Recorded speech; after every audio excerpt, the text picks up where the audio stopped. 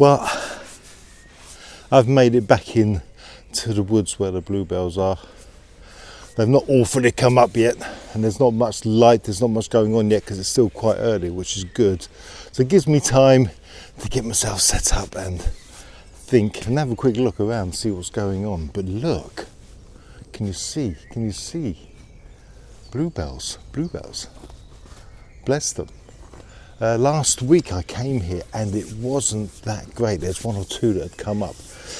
But I thought another week, another 2 weeks, they'll all be up. I don't think it's at full bloom at the moment. The woodland's not at its full power of bluebells, but it's still looking really, really good and really nice. And there's going to be plenty of opportunities to get some nice images. So I'm just going to get myself set up,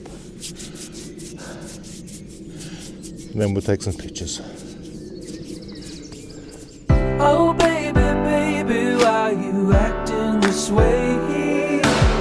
I just remember all our days up the interstate when we were driving down the 408,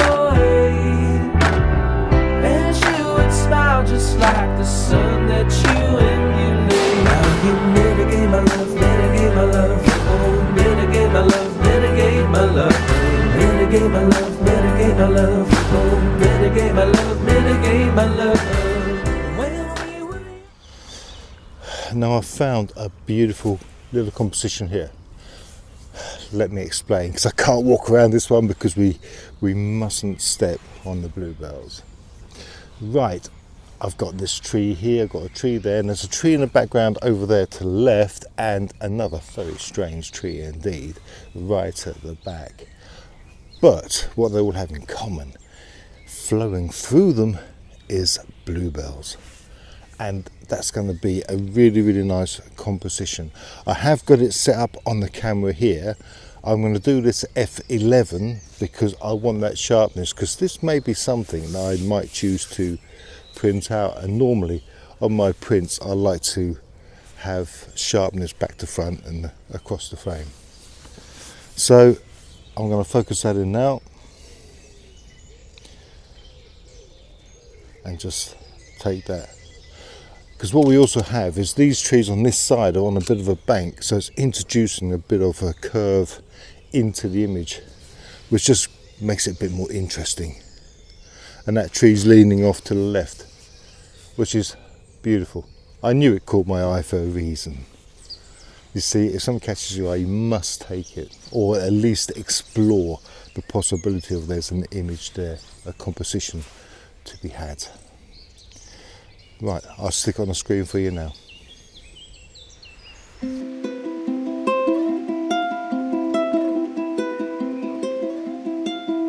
I step outside and I look at the sky as it rolls on by, oblivious to my life.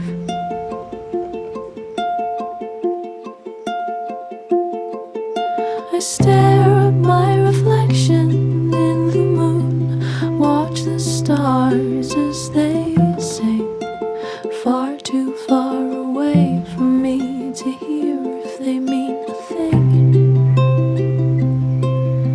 Do you ever feel power over me? I'm the sand and you're the sea.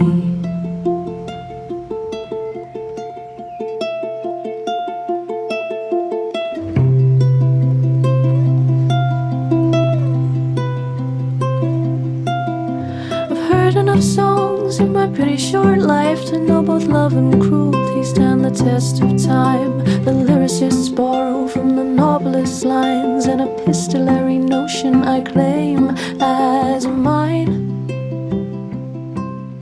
I've read enough books. I found a nice little composition coming down here. We've got a bit of a ditch. I don't know what this was. There's a bit of a pathway here anyway, with the bluebells coming down. And what I've got one tree on the left that's quite an unusual tree to say, but right down at the bottom we've got another tree down there, and it's just got its fresh spring leaves on it, so it's a beautiful green. And just in the centre of this path, ditch, whatever it may be, there's a branch that's fallen over, so that's going to add interest to the end of the image as well. So it's like a bit of a resolution to the image. So we've got this path here just leading you in, giving you depth. We've got that tree there, further down we've got the other tree, and then we've got that bit going across the path. So I'm going to take that, I'm actually going to take this at f16 just to try and get a bit more sharpness in the whole image.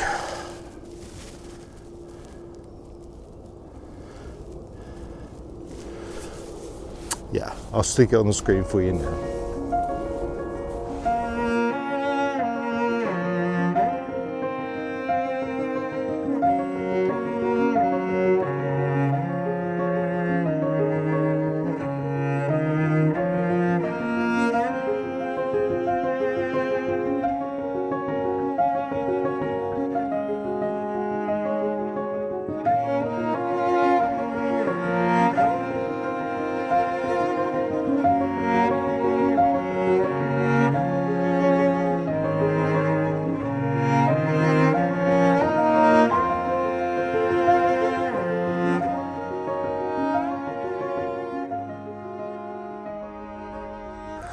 I've got this lovely little scene here. You can see this fallen tree here.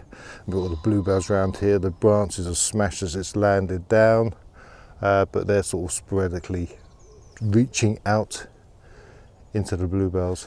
Now, the problem I have here is that we're shooting into the sun and my lens hood is not good enough.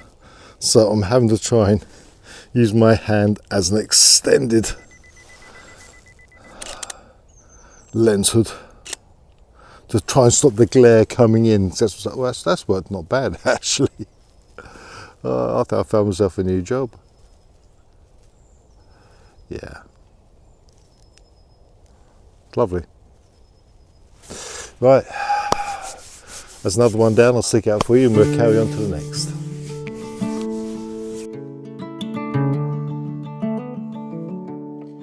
Last night I dreamed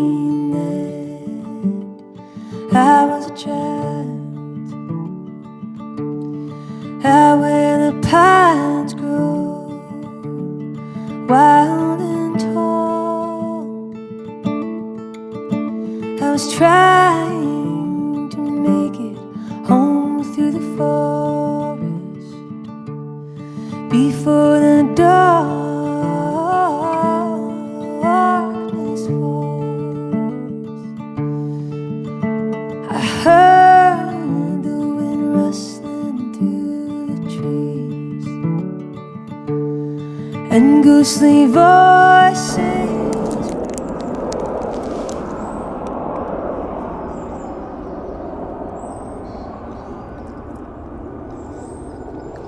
There's a lot of jets flying over here. Excuse me. I did my reconnaissance bluebell thing in this wood 2 weeks ago. 2 weeks ago? Maybe last week. I said then there's jets flying over because we're on a flight path to Luton, so there's jets flying over every 5 minutes it seems. But I'm just running out of steam. I'm just having a quick chocolate break, so please excuse me. I would have coffee too, but I made myself a cup of coffee last night, before I went to bed.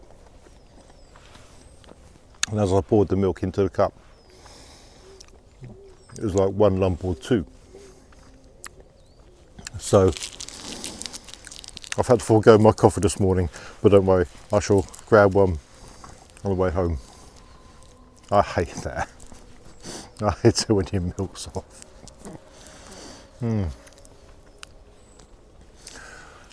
Quick break, then we carry on.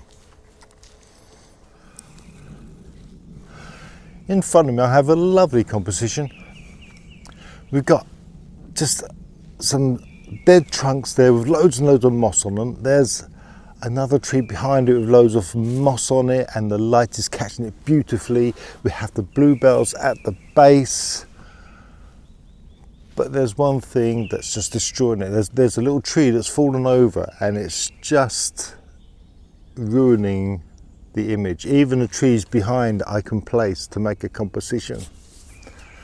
And I tried to incorporate this tree that's fell over into the composition, but I can't. It's just too awkward.